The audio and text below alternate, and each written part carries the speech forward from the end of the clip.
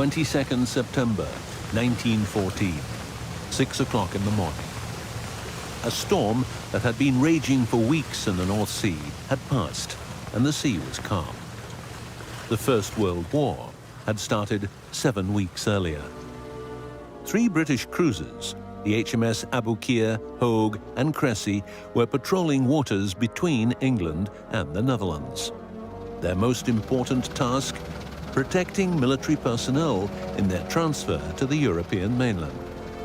On board were a total of some 2,300 men, some as young as 15, awaiting their adventure and totally unconscious of what was to befall them.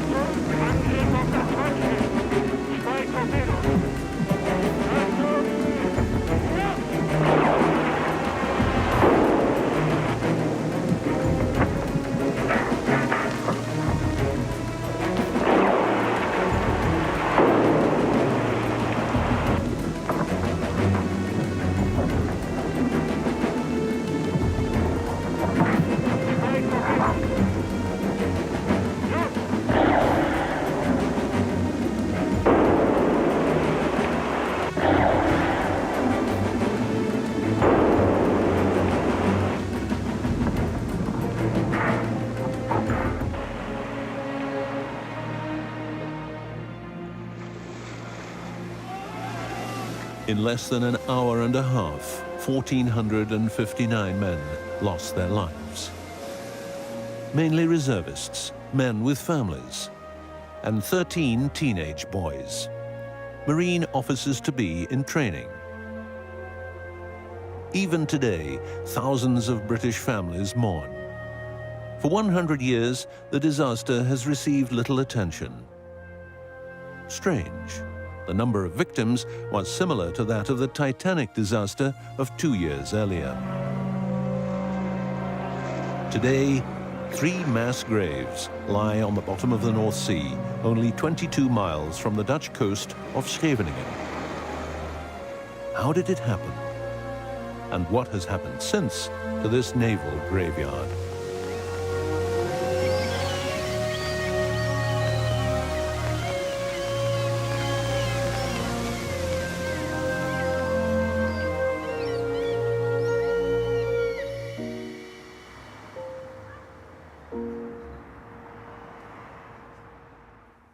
Now this one, I think that's him going to Osborne, isn't it? Yes. Yes.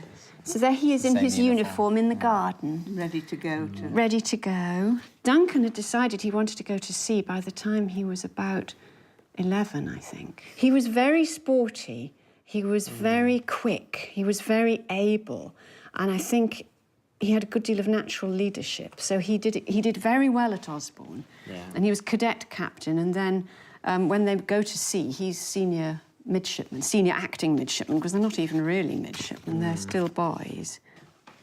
Look at this. This is just like something from Cambridge today. And there he is there. She's put D above his face. There they all are. They're only very young, aren't they? And I think that's the more that's the one that's often used because that's such a beautiful photograph. Yeah. So how old is he here? I think he's probably about 14, don't you? Yeah. And we've got here the letters that were sent to him, because this is his writing, this is his letter case. All right. That didn't go to sea with him. Lots of stuff didn't go to sea. That's why we had it. That's why we have it. We opened the chest in 1958 and found all these very pathetic things, you know, his handkerchiefs and... This is pen. There's the three children together. So that's Duncan, and then Yeah. that's Catherine, and That's Hugh. Yeah. Friend the of the Cresta family. run. I know it's Well, it's Cloisters, Cloisters. yeah. But he says on the back here, I'm having a topping time. I have been accused of flirting with a Dutch girl, but it's absolutely untrue. The runs are mostly on luges. Do you think you could ask Daddy? He's asking the family friend who lives up the road, who's related to his mother. Do you think you could ask Daddy to let me go on a bob with a pro? It's absolutely safe on the run we use, but the people I'm staying with won't take the responsibility. And he's put at the top, you might put it very gently. Sounds very familiar. It does a little bit, doesn't it? Just like you. Is Not what on a it postcard sounds these like. days, but yes. It does, Very like does, you. yeah. The sentiment is... They must have been so glad they let him go Yeah, afterwards. I'm sure. Since 1863, this was the place where Royal Navy officers were trained and educated, inculcated in the ethos and traditional values of the service. The young Duncan had just completed the first half of his training and in 1914 had joined Dartmouth to finish his education. A great privilege for which his family had to pay the equivalent of €8,000 a year. Life was Spartan. Personal discipline was important. But it did not discourage the young men. They were motivated and ambitious. The training covered various subjects, plus sport, seamanship, engineering, and drawing. In drawing, the students learned the art of observation, which would be important later in times of conflict. Duncan seemingly had the time of his life. Did you see this book? Which is No, his manual no. of seamanship. Have you never seen that? I haven't, no. That's his manual. I've had never this seen since I was a child. It's got my name in it somewhere, I think. So what did they have to learn then? But it's got everything. It has how the bedding should be laid out, how to scrub a hammock, how to hold up a clean hammock for inspection, knots.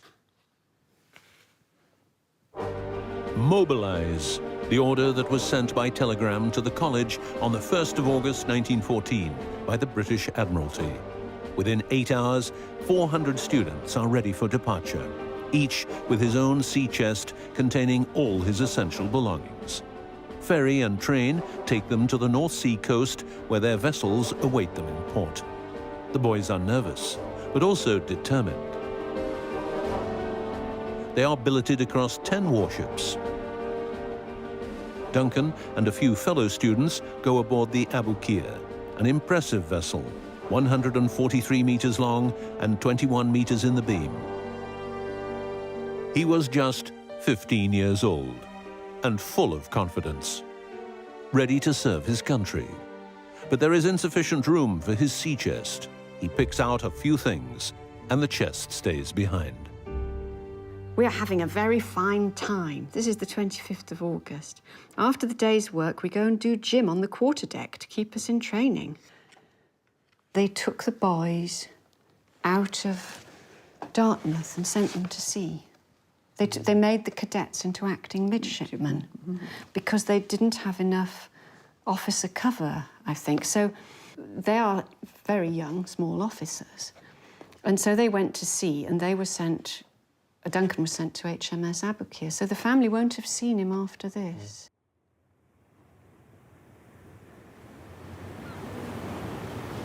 As long as I can remember, I've known that I had this relative who was also called Duncan, and that he died when he was 15 in the war. He had an old copy of Captain Scott's diary from his time exploring the Antarctic. Again, I think the old Duncan was a bit of an explorer, a bit of an adventurer too. So I remember there's a very old book there that I read when I was 15. I think he had a great sense of adventure. I know that he was a very active boy. He loved his country pursuits. I think, for me, most of all, really, it was Henk's work in terms of looking at the history of the whole tragedy. He got in touch with the family. I started to hear a lot more about the wreck and about the Dutch side of the story as well.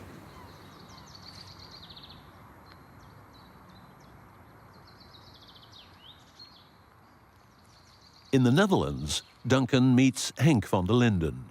Henk had recently researched the disaster and written a book about it. At this place of honor, several victims from the 3 British cruisers found their last resting place. They had been washed ashore at Scheveningen a couple of days after the sinking. So what did you find out about the impact of events, both here in the Netherlands and at home for me in Great Britain? What did you find out about the impact? Here it was big. It was very big. There were several funerals over here. These men are all buried with military honors, with over 1,000 soldiers alongside the road to pay them respect. Yeah. It was in all the papers, in all the magazines. In Great Britain, I don't know if it was big. I suppose it was very big for the families who suffered. But I understand that the British Navy was not very happy with this accident because of the greatness of the loss and because of the fact these ships weren't supposed to be in dangerous water. I got a clipping from a magazine. It was an interview with one who lived, and he said, we on the ships, we called our ships suicide ships. So the men themselves knew? We're on suicide ships. They had to be on the ships because of their duty to the country. So they were there alone. They had no orders to zigzag. They were slow speed, sitting ducks. What were these ships doing, and why were they so vulnerable? According to some senior people in the British government, they should never have been there. 1 month before the disaster, a senior British officer had written in a letter, "Why should we give the Germans the slightest chance of a cheap victory? For heaven's sake, bring them back." How impressive! The Aboukir, Hogue and Cressy actually represented no threat for the enemy. They had a huge crew of 700 and an enormous coal consumption to keep the vessel operational. They sailed only slowly and had no refined targeting system. The crew had no experience with the vessels and had not yet learned to work effectively together. To compensate for the inexperience, professional officers were on board, but this was also not enough. However, this was not the worst. The most important weakness was the poor armor plating below the waterline. It was not designed to protect from mines and submarine attacks. Just before the war, these ships had been part of the reserve fleet. Only a lick of paint and a surface cleanup were to bring them onto a war footing. Because of these weaknesses, they received instructions a couple of weeks before outbreak of war to patrol the area of the Dogger Bank, a relatively safe area far from the strategically critical and more dangerous Straits of Dover. They could only go to sea under the continuous presence of torpedo boats to protect from nearby threats. But things go differently. The ships move indeed into dangerous areas. The Broad 14 closer to Dover. Until the 17th of September, the dangers are to be handled with the torpedo boats as protection. But the weather is bad for weeks on end.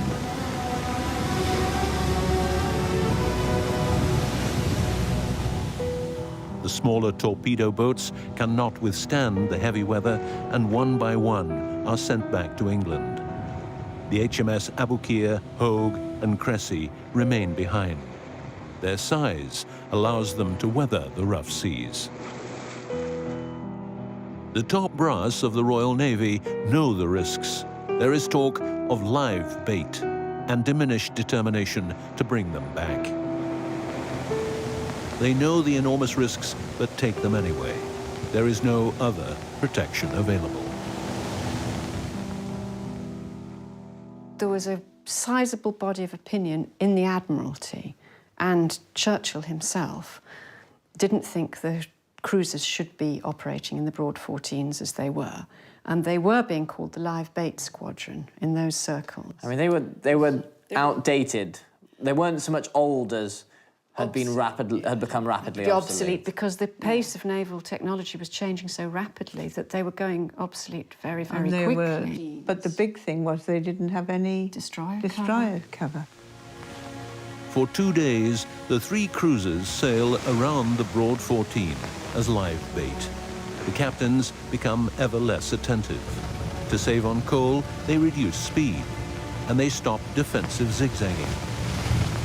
Senior officers assume that if a torpedo boat cannot handle the high seas, then neither can a German submarine.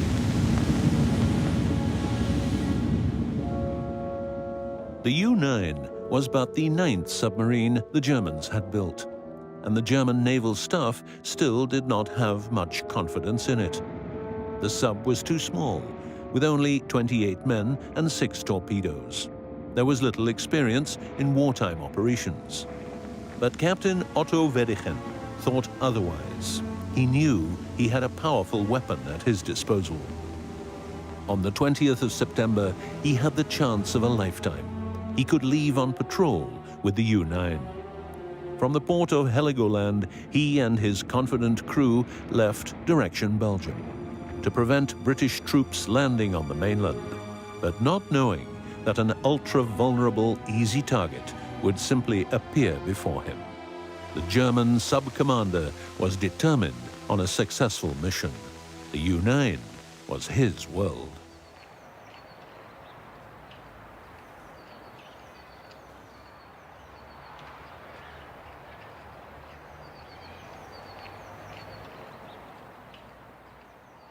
Ja, was soll ich sagen? Ich habe ihn ja nicht gekannt.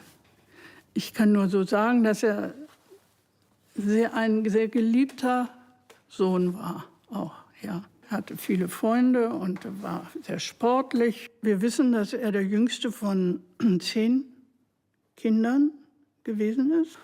Und von ihm wird gesagt, er sei ein richtig lustiger, frecher Vogel gewesen.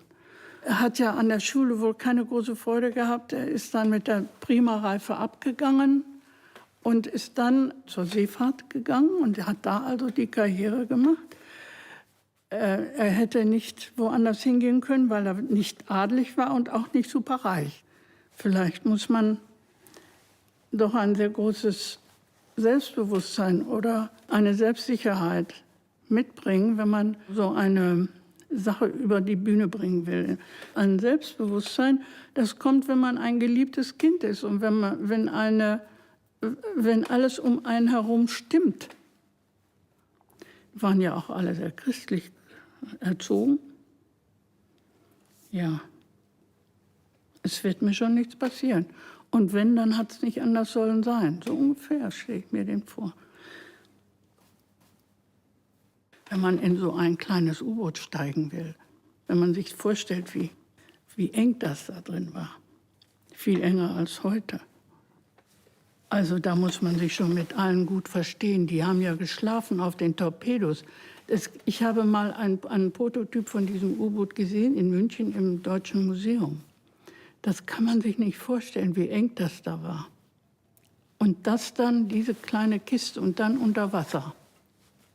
Ich glaube, ich hätte es nicht ausgehalten. This is your great-great-grandfather's diary. Duncan's laugh could be heard all over the ship. Duncan had been perfectly happy at sea the whole time, was never sick and always cheerful. The night before the disaster, Hughes had spent a long time with Duncan and said he was in splendid spirits. They know what happened to them because of Kit Wickham Musgrave, and Kit Wickham Musgrave survived. He was picked up unconscious by the Titan. Okay.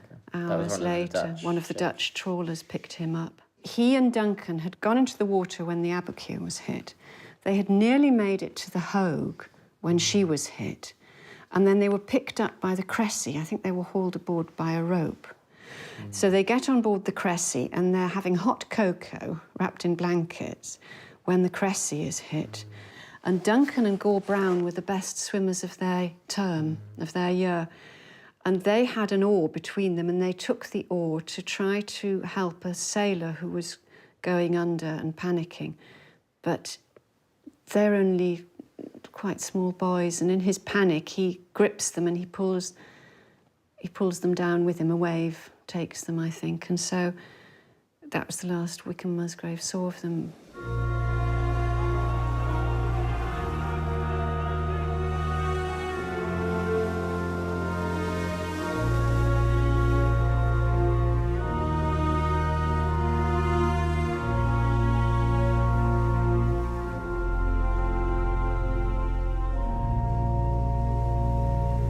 He wasn't just a 15-year-old that was caught in a terrible disaster.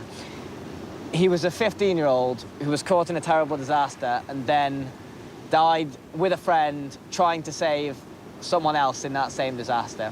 I definitely think that that's a really heroic way for him to go. For a boy so young, with another boy so young, trying to help a grown man survive in a disaster like that, I think is really impressive.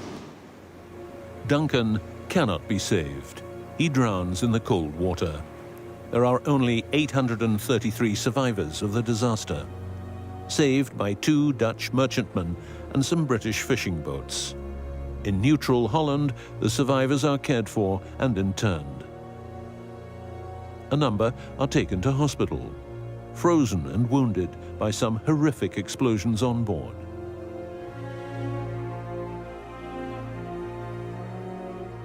In England, the Stubbs family received the terrible news. They'd all had such a happy, jolly day, and they had no idea that that morning Duncan had died. And then it says he went back, because he was living in camp, he went back to the lodgings to get his wife and his daughter to go for a walk. It says, as I entered the gate, Mr. Bell, the owner of the house, had a newspaper in his hand. He was very white and looked much distressed when he saw me. I guessed in a moment. He asked me to go into the house and then asked the name of the ship our boy was on. I told him, he showed me the paper in which the stop press news that the Aboukir had been sunk by a torpedo, nothing further. So then Major Stubbs decides that he won't tell his wife, Madge, straight away. He's going to find out more information. And while he's doing that and getting a newspaper which has come to press later, Mr. Bell appears in the camp and says, your wife's found out, because her sister had read it in the press. Avril had sent a telegram saying, have you any news of Duncan? So then Madge discovers her boy's. They don't know if he's alive or dead. Yeah, they don't know yet. They don't know. And while there's all these adults in shock, little Catherine, aged 9, unnoticed by anyone, picks up the newspaper in the hall and reads it for herself. How did they find out for sure whether Duncan had died? They waited overnight to see if he'd been one of the people picked up. And the next morning they got the telegram from the Admiralty saying that he hadn't been saved. So they had a list of those that had... They think very quickly they knew who they'd got. And then they waited to see if his body was found. Did it ever show up? No. No, his body was never found.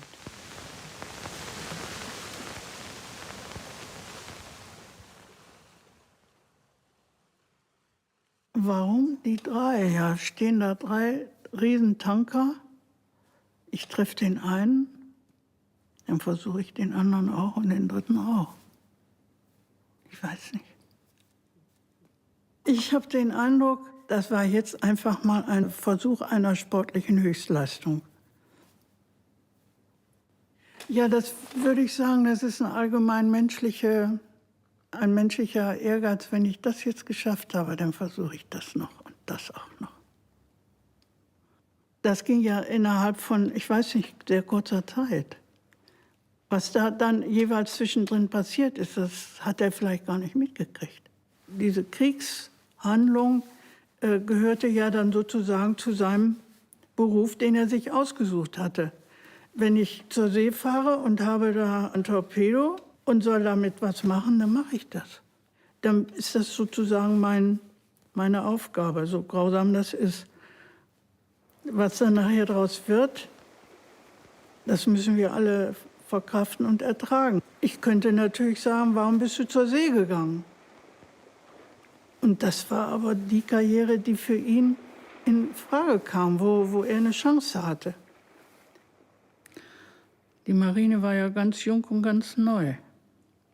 Zu Kriegsbeginn war die Marine, oder zumindest die U-Boot-Waffe, mehr ein Spielzeug, also wurde nicht sehr ernst genommen, dass man damit richtig Krieg führen konnte. Und nachdem das schon passiert war, dass da so ein kleines U-Boot 3 riesengroße Schlachtschiffe versenkt, da war plötzlich der Jubel groß. Der war natürlich übernatürlich groß, weil zu dem Zeit hatte man den Eindruck, jetzt kann uns gar nichts mehr passieren, jetzt werden wir überall siegen. Und da war er dann der ganz große Held. Was er da angerichtet hat, das ist ihm vielleicht erst später klar geworden.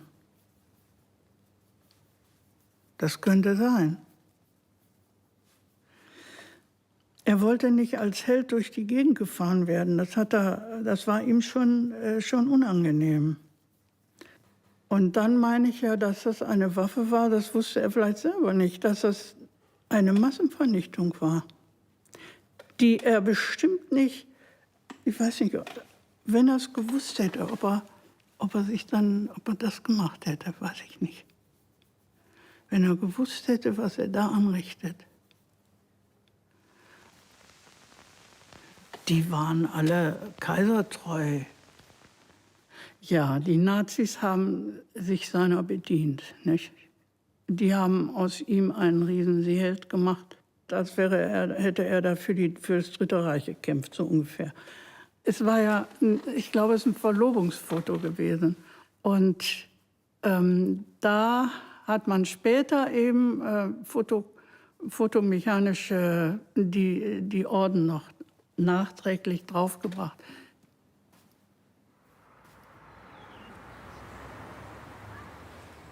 So how much of this did you know when you were growing up? Not very much at all. My grandmother never talked about it, as far as I can remember. And my father told us roughly, you know, what had happened. I always knew what had happened. There was always a photograph of Duncan in the house, and I knew about the sinking. You knew the story, yes. the outline and story. that he drowned when he was 15. But apart from that, and my father telling me about what had happened when he was told about it by his headmaster. See, when my father first heard about his brother dying, he just started at his public school. How old was he then? 13. He was 13. And the headmaster was going to tell him about his brother. At first, he couldn't even begin to tell him, I don't think, because there was this pathetic little red-haired, skinny little shy boy. Didn't want to tell him. Just started. But he did in the end. And, of course, nobody else had lost anybody then. No, it was before By the time he left the school, everybody had had somebody in their family lost in the war. So what happened with the chest then? Oh, the chest, yes. Well, the chest was always there, but nobody looked at it. Not to be opened. Not to be opened. It was in the sort of attic part above our garage, in this big house we lived in then. And then in 1958, when my grandmother died in March, your grandfather and I opened the chest, and we were just amazed to find what was in. And I found it absolutely fascinating to read these things and see these photographs and find out so much about what had happened, and as well about my grandfather, who I never knew because he died before I was you were born. Yeah. And he's become very much alive to me, which is really nice.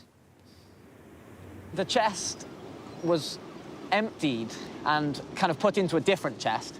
Since I share his name, my mum always said that the chest would be mine to look after. Obviously, I feel a duty to look after it and pass it through the generations. I don't know if you'd realised, I only found out very recently quite how close to the coast they are. They're actually shallow enough to scuba dive. Yeah, so they sit in about 30, 35 metres of water, I believe. I would quite like to go and see them myself.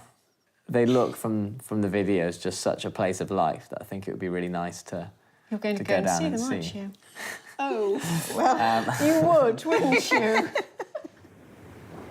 I guess I think it might help reconnect a little with the past and help me think a little bit about what it was like for him all those years ago. I'm sure before the war, everything seemed just as it did now. And then in a handful of months, suddenly he found himself out there. So I hope it gives me a sense of maybe what it was like for him. From what I've seen from the letters, his sense of adventure, his willingness to try new and slightly dangerous things is definitely something I share. I guess I really hope that if he were here, he'd be really glad that I was going to dive down to the wreck. I'm quite excited, really. I'm looking forward to it. I'm looking forward to the dive, yeah. I do like to believe that he would be pleased that I'm doing it.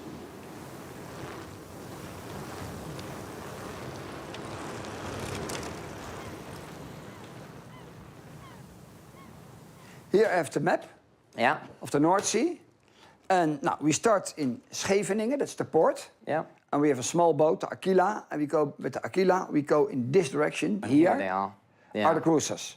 So how far is this then? That is about 22 nautical miles. That means about 40 kilometers. And we need a sailing time of about 4 hours. Okay. And how deep are the wrecks then? The bottom is about 32, 33. And on top of the wrecks, we are 27, 26 meters.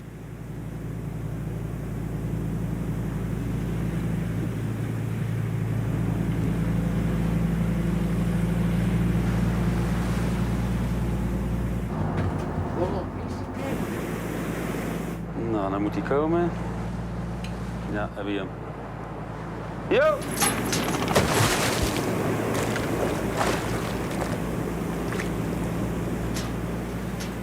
It's quite strange being here, really. Even on the surface, it's strange to know that this is where it happened.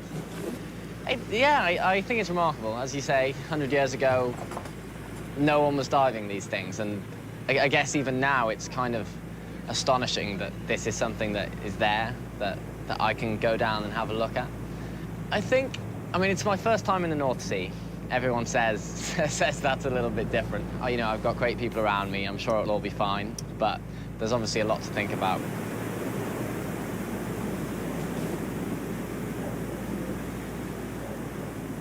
It does look like it's going to happen, doesn't it? I will admit that now, yes.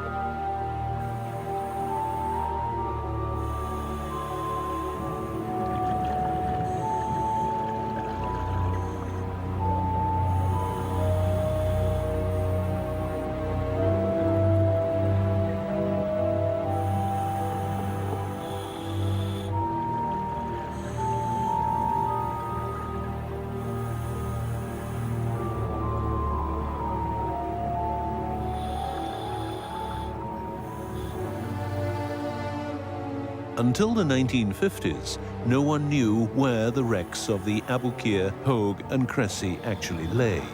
The residents of the wrecks were left in peace. But in 1955, their location is determined. The British government decides to sell the wrecks to a German steel company. The salvage firm starts its work well. It sends divers below to place explosives, but there is little experience with diving at this depth.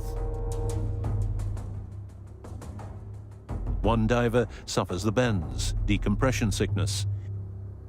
He survives, but gives up the profession. The salvage work progresses with difficulty. The North Sea is one of the toughest in the world. There are strong currents. With the greatest difficulty, 2 bronze pieces of some 25 tons are brought to the surface.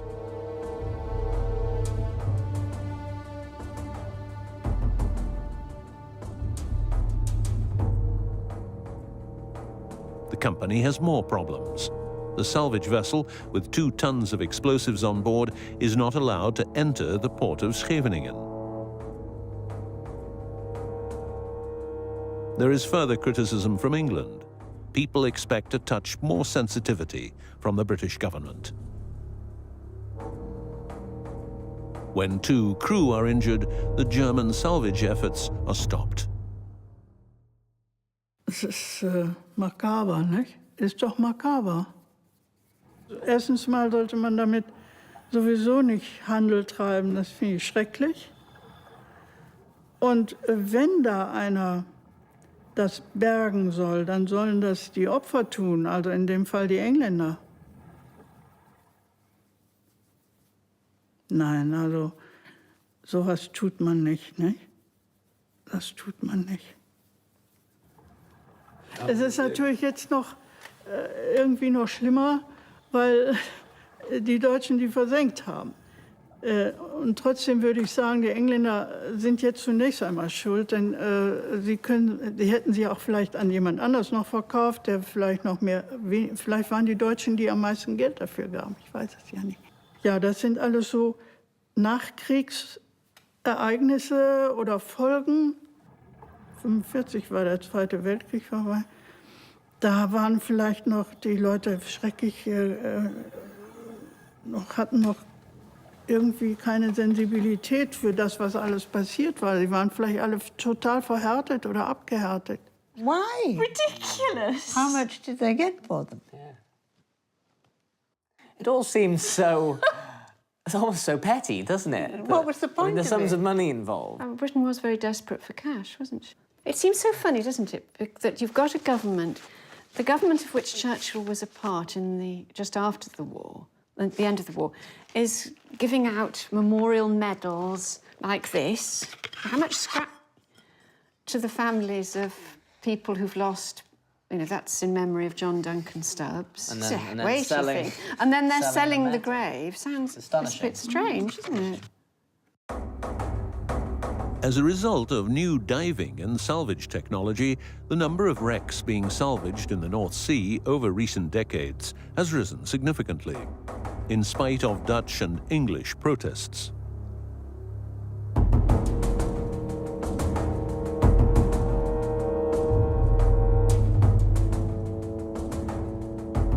Not a single wreck in the Dutch sector of the North Sea is properly legally protected. The lucrative salvage business continues, and historically important wrecks disappear at an alarming rate. Und wenn sie diesen Sarg aufmachen, ist es Leichenfledderei. Wenn sie das kaputt machen, nur weil da irgendwo ein paar Metallteile sind und ein paar Kupferstücke, kann man doch nicht machen. Je länger ich darüber nachdenke,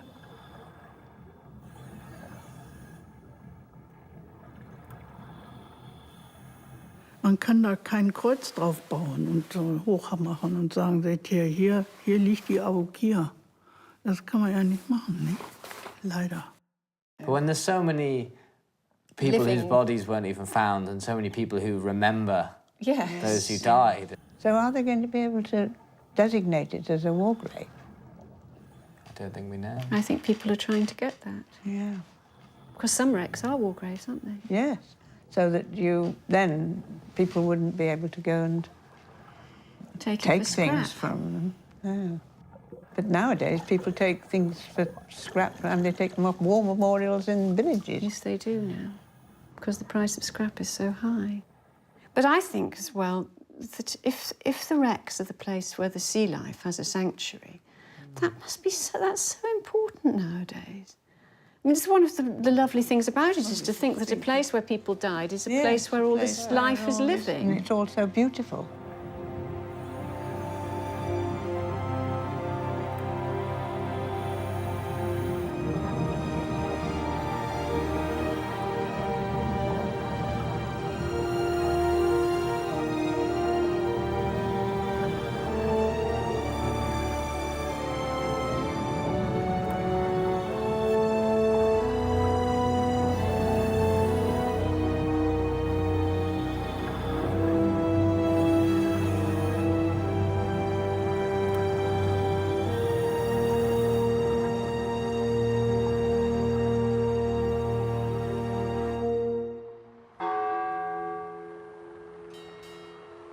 Every Saturday in Rochester Cathedral, victims of the British Navy are commemorated.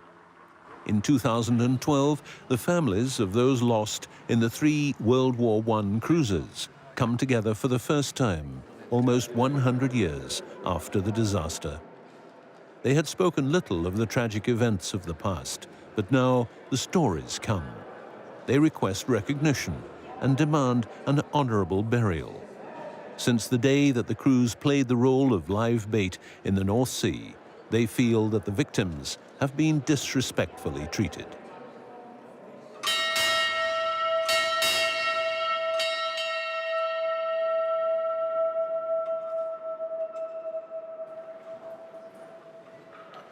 Turn the pages, please, gentlemen.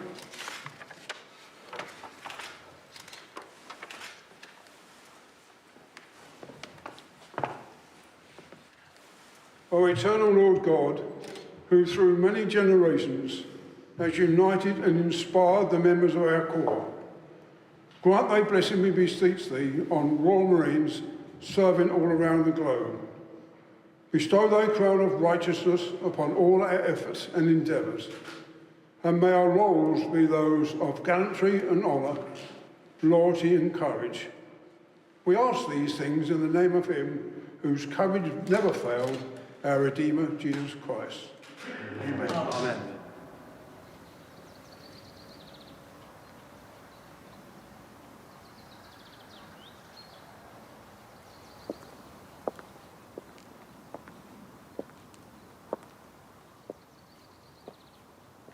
There are still many unanswered questions about the disaster, the sale of the vessels in the 50s, and the salvaging occurring even today. Most of the crews of the Aboukir, the Hogue, and the Cressy gave everything they had. The men and boys had honorably served their country. The wrecks on the bottom of the North Sea quickly found a new life. They became magnificent artificial reefs, birthing places for fishes, sources of food, and hiding places for numerous forms of sea life.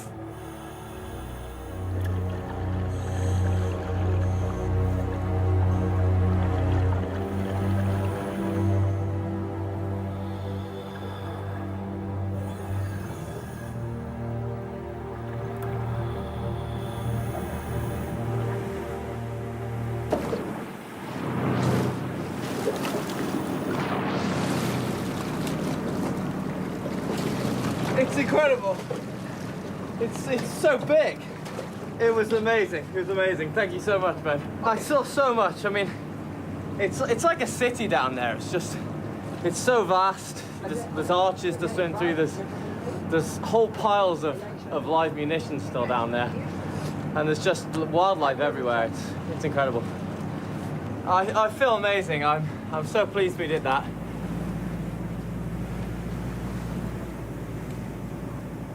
These were 3 ships where, at the time, I think it was the greatest loss of life in a single, you know, in a single day in naval history, as far as I'm aware, for the British.